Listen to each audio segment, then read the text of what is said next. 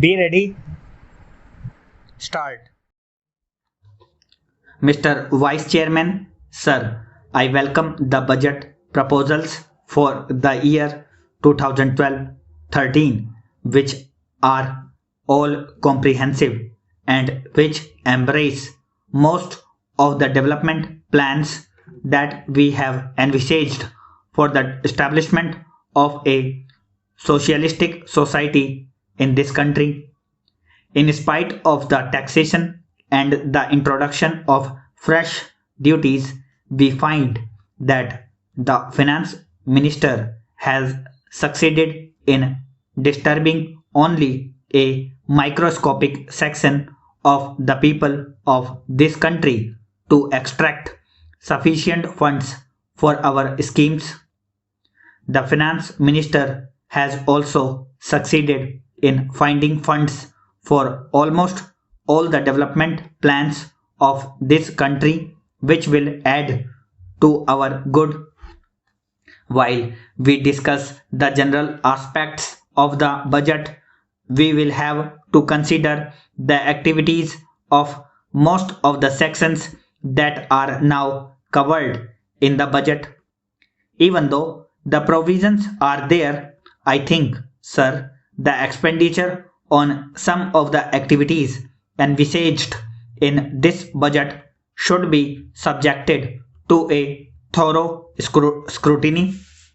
In this respect, sir, I wish to bring to the notice of this House the special feature of the educational system of this country.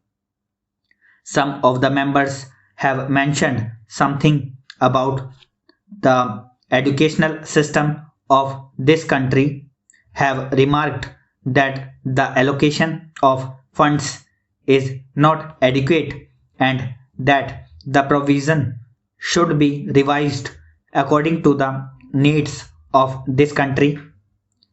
As the honorable member was speaking in Hindi, I did not thoroughly understand what he meant, but still, sir, the educational system has created a sort of confusion in our country over the last 15 years, and every now and then we had been changing the schemes and plans for educating our children, and various states have adopted different schemes which have actually created a feeling of disintegration among the people of this country. In some of the states, they have switched on to the regional language as the medium of instruction, and in some states, they think that English should be retained as the medium of instruction, but the people believe that the medium of instruction should be Hindi, that is the national language of our country. But, sir, the time is not yet ripe for us to switch on to Hindi. So, as and when we find it feasible, we may switch on to our national language, but till that time, we will keep English as the medium of instruction in all educational institutions. Sir, the other day, the University Grants Commission submitted a report wherein they have mentioned that English should be the medium of instruction, at least in the colleges.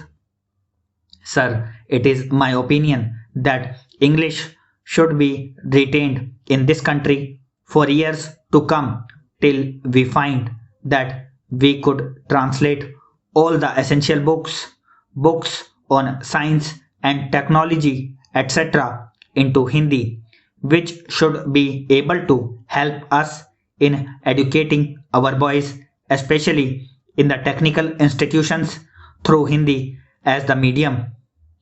Here, sir, some of the members have pointed out with regard to the introduction of different types of education in the same state or in various parts of this country, we find that a majority of the children of our country are educated in the basic system, which brings out, as far as I know, second class citizens in this country who are to be governed by the boys who are sent to the public schools. Most of the children of the haves are sent to the public schools and they are imparted expert training, and when they come out they are definitely superior to those boys who undergo this basic system of education.